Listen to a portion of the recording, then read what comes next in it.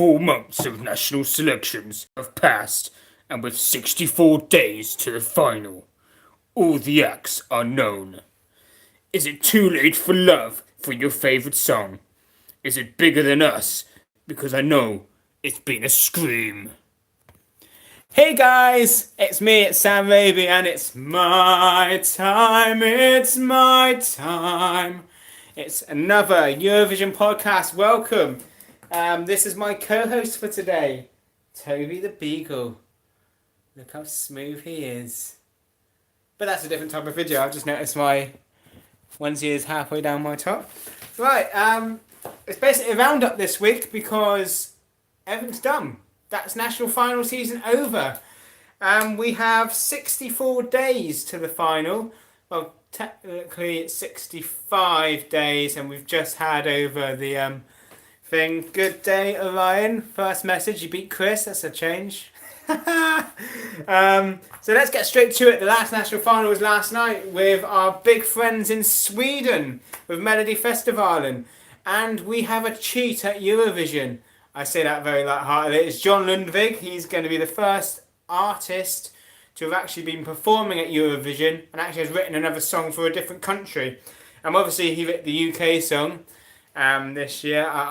Yes, very dare me, Chris. Yes, I know. I'm terrible. Obviously he wrote the UK song Bigger Than Us this year, which is a very good song in its own right. But this John Lundvik song, just before the final, at the beginning of the day, it was the most streamed song on iTunes in Sweden. So he had the big popular vote. I'm glad John Lundvik's going. It's not my favourite song of his. My Turn I thought was a much better song. But it has grown on me a lot since semi-final 4. It's a very good song. It's going to be performed perfectly on Eurovision final and semi-final 2. So, that was... I'm going to get to that, Orion. You make a good point there. Well, a bad point in my aspect. Bishara, how on earth did a 16-year-old, talking about having someone in his bed, finish second? It's because he's an Instagram star, and the public vote saved, and the juries just did not like the song whatsoever. But going back to John Lundvik, he went right through he got 12 points of every jury. No one has done that in Melodifestivalen history. So he's already made records already, and he came top of the public vote as well. And my favourite, Liama and Hannah Fairmany finished third in the end, third in the public and third in the jury votes as well, that was well off. Ryan just said on the chat there about Anna Bergendahl. I think the reason why she didn't do well is because something was wrong. That's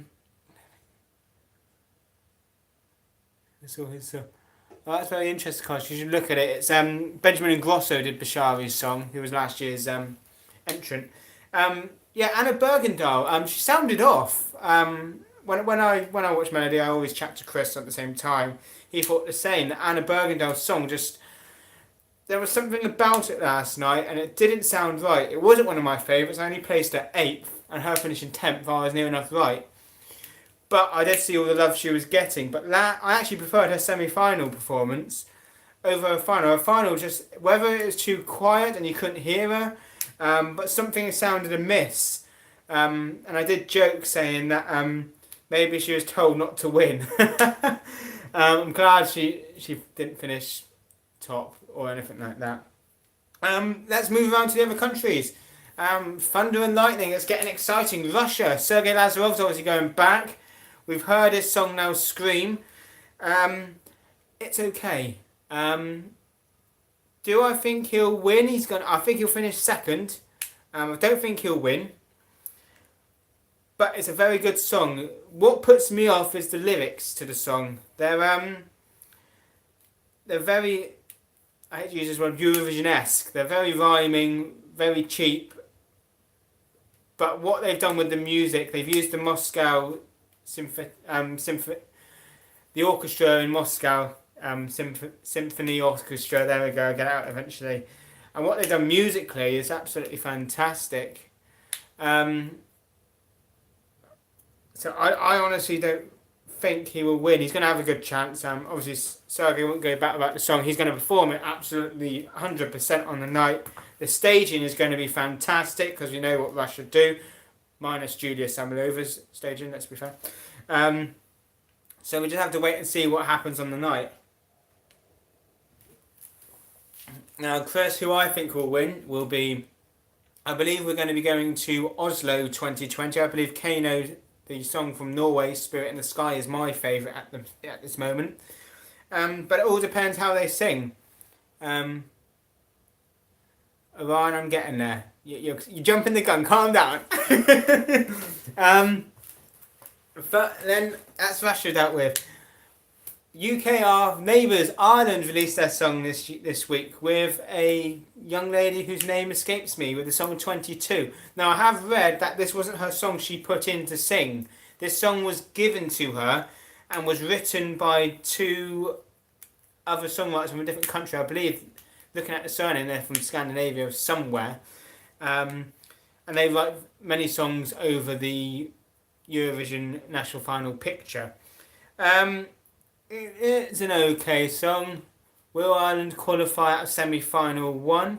As I'm there, I'll get to that in a minute. I don't think they will. I think Ireland will be lost this year. This reminds me of Lily Allen to a certain extent. It's that sort of talking, singing. So you never know. People may vote for it, but I just don't think they will. As I've mentioned, the semi-finals. Obviously, when a draw was done, we were looking at it, and we were looking that semi-final 2 was going to be the death final. And semi-final 1 was the easier one. Now we've got the songs, I think it's the other way around. There are 13 good songs in that semi-final 1, and there's only 6 in semi-final 2. There's 9 really good songs in semi-final 1, I think we'll get through, and then there's 4 for that last place, in my opinion. But I'll get to that in another video.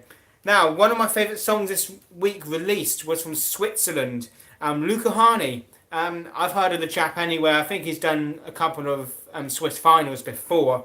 He has got an absolute fantastic song. I really do like this. Something about Dirty Dancing. That's not the song title, but I can't think what this song title is. But it's so catchy and gets in your head.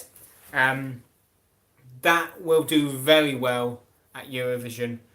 And then the last song released today, the hosts, Israel, are next on my list. I actually like this, I really do. It does sound dated, around about 20 years too late, what everybody used to do in the 90s. Now, I know Chris, who's actually watching now, doesn't like this song. It does depend, Ryan, on obviously we haven't heard Luca Hänni sing this song. So it depends how all of these people actually sing live. So that's the only problem with these things, and I'll get to that in another country in a minute. Israel I actually really like. I think they will do the best out of the recent hosts. Obviously Portugal finished 25th last year, Ukraine the year before.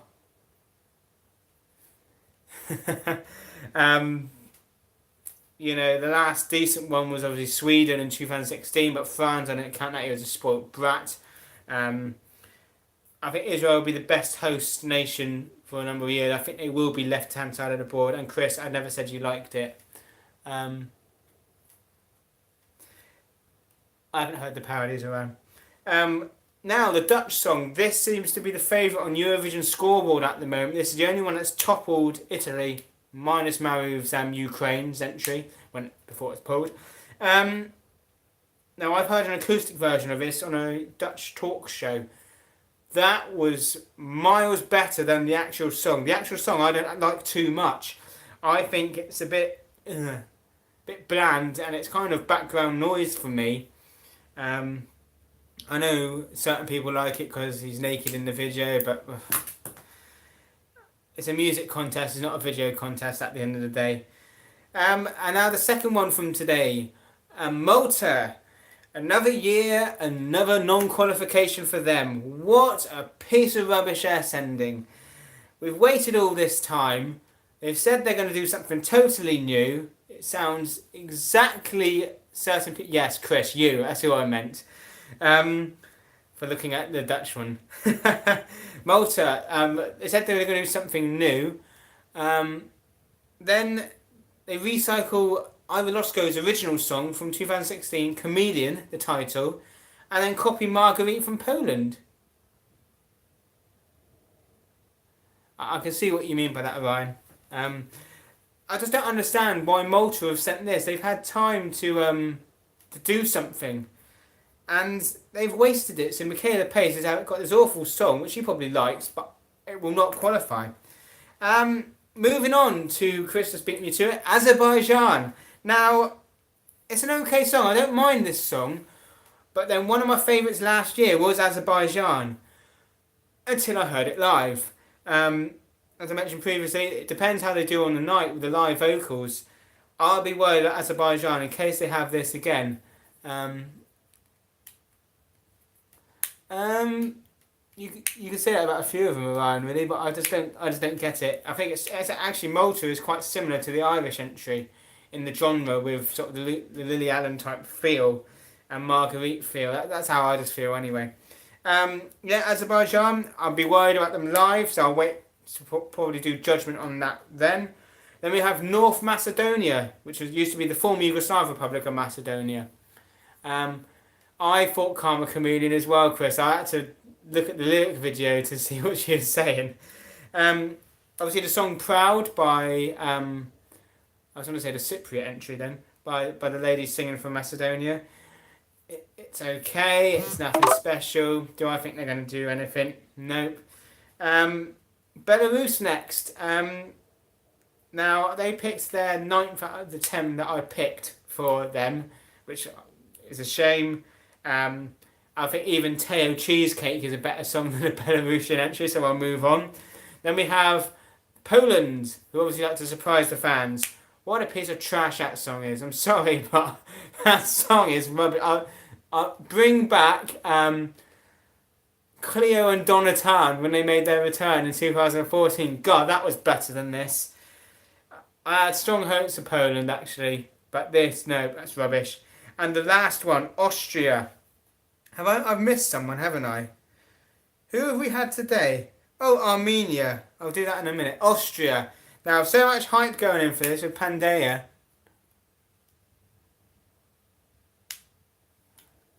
I don't know, Ryan. We'll have to find out.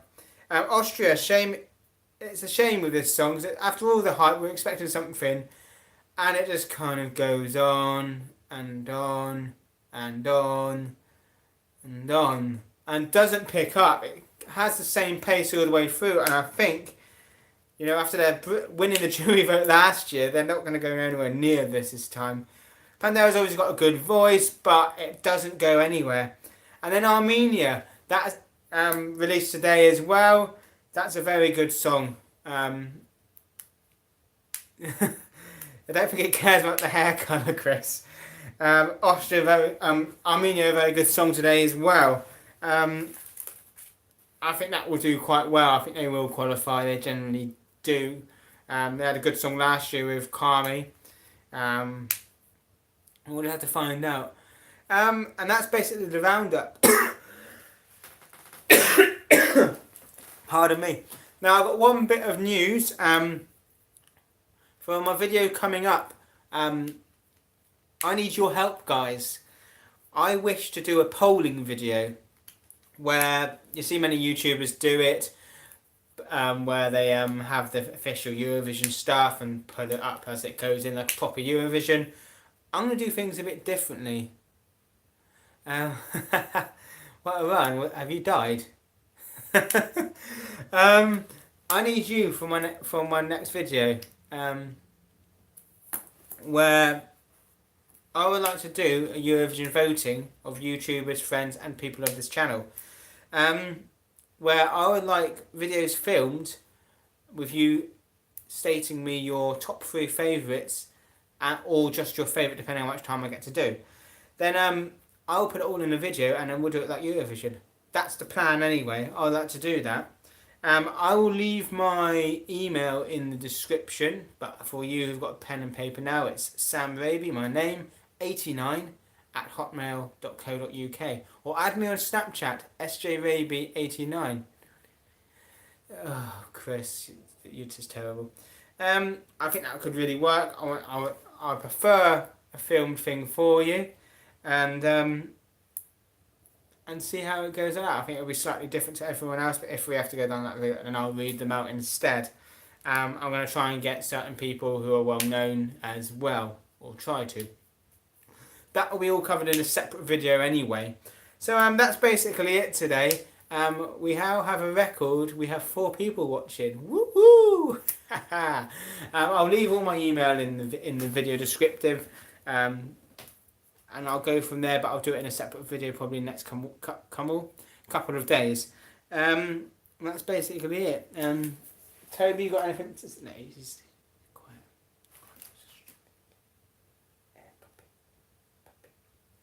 That's basically it. If you want to see me stroke Toby more, let me know in the comments. Hope you found this video entertaining. It's mostly me drabbling on.